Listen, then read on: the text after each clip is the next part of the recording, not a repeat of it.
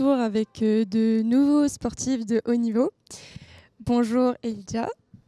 Bonjour Léna. Bonjour. Pouvez-vous me parler de vos sports ? Bonjour à vous, merci de nous accueillir sur ce petit plateau. Alors du coup, moi je fais de l'athlétisme depuis déjà 12 ans. Ma discipline, c'est le saut en hauteur, j'ai un record à 2,25 m. Et c'est assez simple, il faut s'élancer, sauter au-dessus d'une barre le plus haut possible. Et voilà. Bonjour, moi c'est Léna, je fais du canoë-kayak slalom et du kayak cross.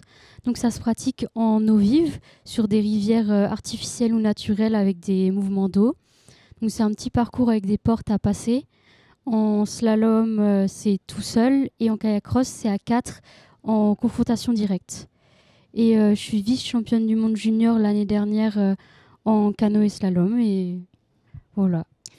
Léna, je vais commencer avec toi. Quelle a été ta plus grosse difficulté dans ton sport ? Je pense cette année, je me suis blessée. Je me suis fait une blessure qui est pas du tout. Je me suis pas du tout blessée en kayak. Je me suis fait une entorse à la cheville avec un arrachement osseux. Et je pense que le plus dur, ça a été d'être blessée, donc de pas pouvoir m'entraîner comme il faut, mais en même temps de vouloir continuer à progresser et à trouver les moyens, les leviers de progresser mentalement, physiquement, sans pouvoir progresser techniquement et m'amuser dans mon sport. Elijah, comment tu peux juger ta progression depuis un an ? Ma progression, elle a été assez flagrante.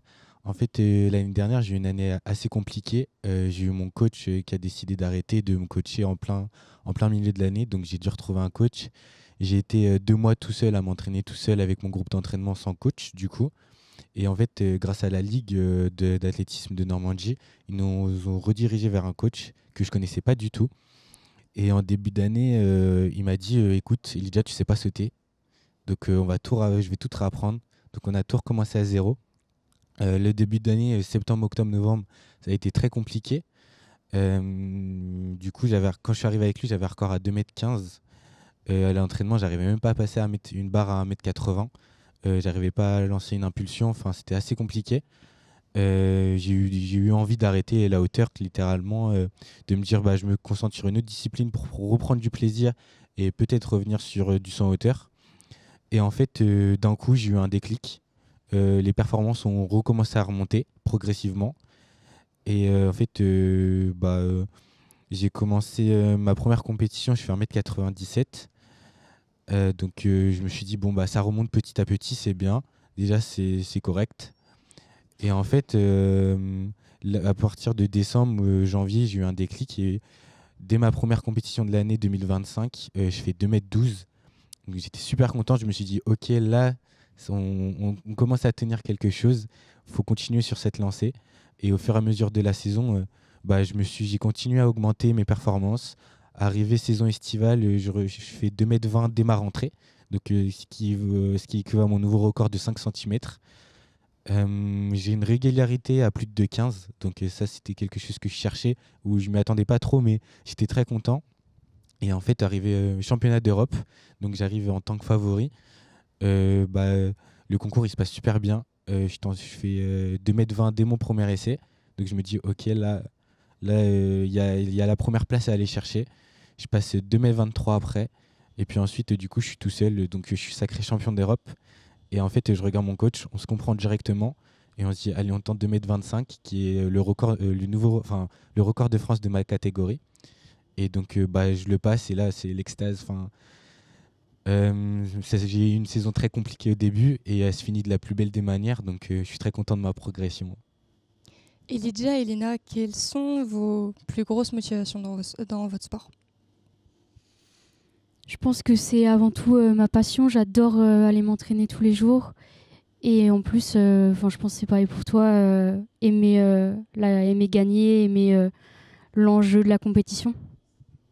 Ouais, je suis d'accord. Moi, j'aime pas perdre. Je pense que la défaite, en tout cas pour tous les sportifs qui sont ici, c'est quelque chose qu'on veut pas goûter ou même avoir.